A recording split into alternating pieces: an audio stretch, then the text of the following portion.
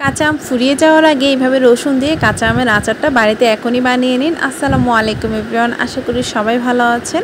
এই কাঁচা আম দিয়ে রসুনের আচারটা খেতে এতটাই মজার যে আম ফুরিয়ে যাওয়ার আগে আপনারা বাড়িতে বানিয়ে নিন। আর খুব সহজ ও সিম্পলভাবে আমি এই কাঁচা আমের আচারটা আপনাদের সাথে শেয়ার করছি কিভাবে আমি বানিয়েছি। প্রথমে আমি এখানে যেহেতু রাত্রেবেলা আমি আম এনেছি, এখানে কাঁচা আমগুলো রাত্রেবেলা আনা হয়েছিল, তার জন্য এই কাঁচা আমগুলো আমি একটু ভালোভাবে ধুয়ে কেটে পরিষ্কার করে নিয়েছি আর সামান্য একটু হলুদ দিয়ে মেখে নিয়েছি। সারা রাত্র ফ্যানের নিচে রেখে দেব।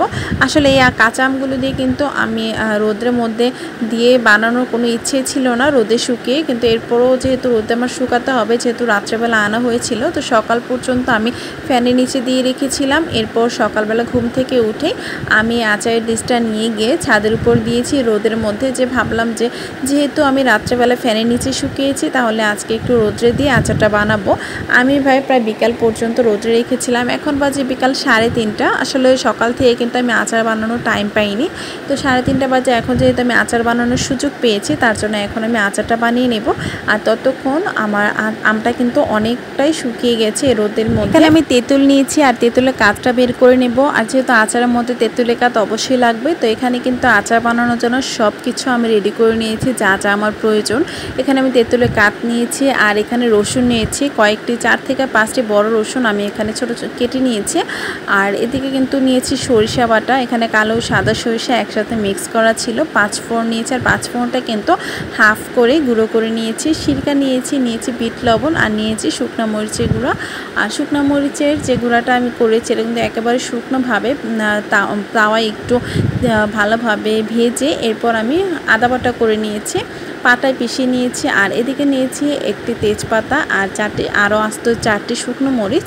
তো এখন আমি আচারটা বানানো স্টার্ট করে দেব। তার জন্য চুলায় একটি প্যান বসিয়ে দিলাম আর প্যানের মধ্যে দিয়ে দিয়েছি সরিষার তেল। আর এখানে কিন্তু আমি প্রায় আধা কেজি পরিমাণ সরিষার তেল দিয়েছি, কারণ পরে আমি তেলটা আরও অ্যাড করব, তার জন্য এখন আমি আধা কেজি পরিমাণে দিলাম। তো দিয়ে এখানে দিয়ে দিচ্ছি আস্ত মশলাগুলো। আর আস্ত মশলার মধ্যে দিয়ে দিয়েছি একটি তেজপাতা আর 4-5টি শুকনো মরিচ আর দিয়ে দিচ্ছি আস্ত 5 ফোড়ন। এখানে আমি আস্ত 5 ফোড়নটা 2 চামচ পরিমাণ ব্যবহার করেছি। আমার কাছে মনে হয় আচার বানানোর ক্ষেত্রে যদি প্রথমে আস্ত 5 ফোড়নটা দেওয়া হয় তাহলে খেতে খুব ভালো লাগে। আচার মানে মুখের মধ্যে কামড় পড়ে যখন আচার খাই, তখন আমার কাছে ভালো লাগে, তার জন্য আমি দিয়েছি। আর যখন একটু ভাজা হয়ে যাবে তারপর আমি এখানে অ্যাড করছি রসুনগুলো। আমি এখানে রসুনের কোয়াগুলো অ্যাড করে দিলাম। তো অ্যাড করে দিয়ে প্রায় 10 থেকে 20 সেকেন্ডের মতো একটু নেড়েচেড়ে ভেজে নিয়েছি। এর পরপরই দিয়ে দিচ্ছি তেঁতুলের কাতটা। আমি এখানে একটু বেশি পরিমাণে তেঁতুলের কাতটা ব্যবহার করছি। তো তেঁতুলের কাতটা দিয়ে একটু ভালোভাবে নেড়েচেড়ে নিচ্ছি। এভাবে প্রায় আরও 20-30 সেকেন্ডের মতো এভাবে একটু নেড়েচেড়ে নেব।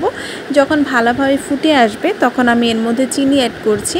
চিনিটা আসলে আজকে আমি প্রথমে অ্যাড করছি এই আচারের মধ্যে। আমি এখানে প্রায় 3 কাপ পরিমাণ চিনি দিয়েছি, কারণ এই আচারটা কিন্তু একেবারে মিষ্টি হবে না, একটু টক মিষ্টি ঝাল হবে, তার জন্য আমি মিষ্টির পরিমাণটা কিছুটা কমিয়ে দিয়েছি। তো চিনিটা দিয়ে একটু ভালোভাবে নেড়েচেড়ে নিলাম যতক্ষণ না পর্যন্ত চিনির পানিটা বের হয়ে যাবে, ততক্ষণ পর্যন্ত কিন্তু একটু পরপর নেড়েচেড়ে নিতে হবে। তো চিনি পানিটা কিন্তু বের হয়ে গিয়েছে আর এই চিনি পানিটা দেখুন অনেকটাই কিন্তু শুকিয়েও এসেছে।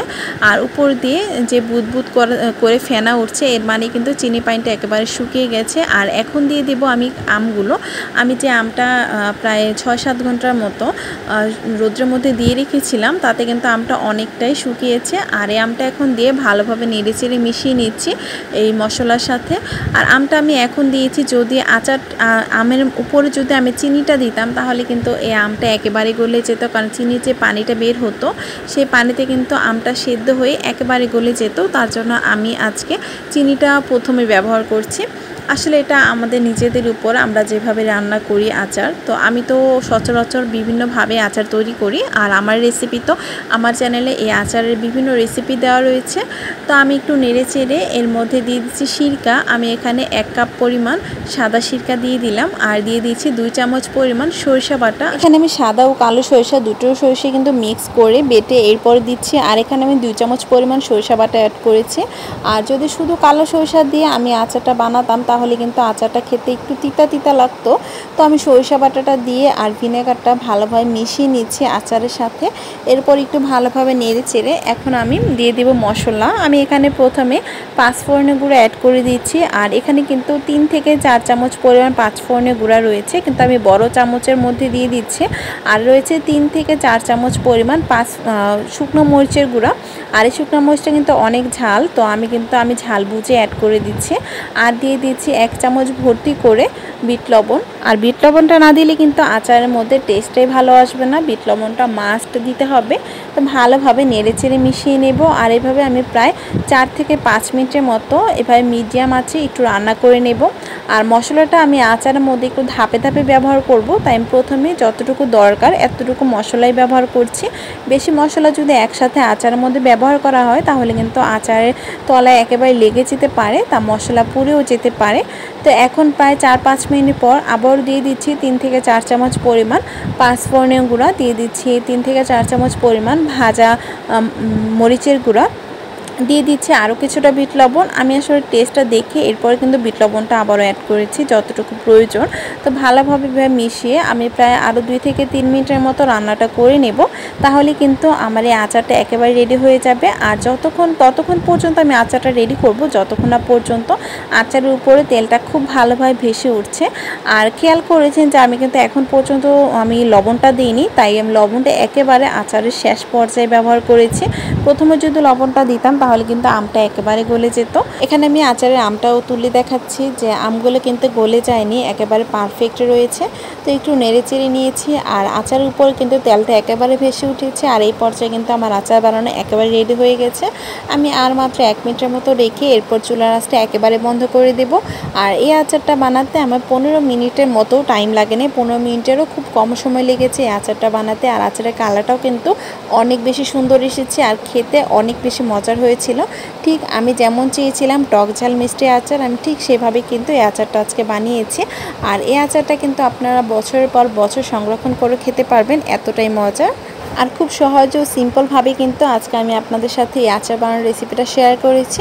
তো রেসিপিটা ভালো লাগলে একটি লাইক দিয়ে আমার পাশে থাকবেন। আজকের জন্য এই পর্যন্তই। সবাই ভালো থাকবেন, সুস্থ থাকবেন। আল্লাহ হাফিজ।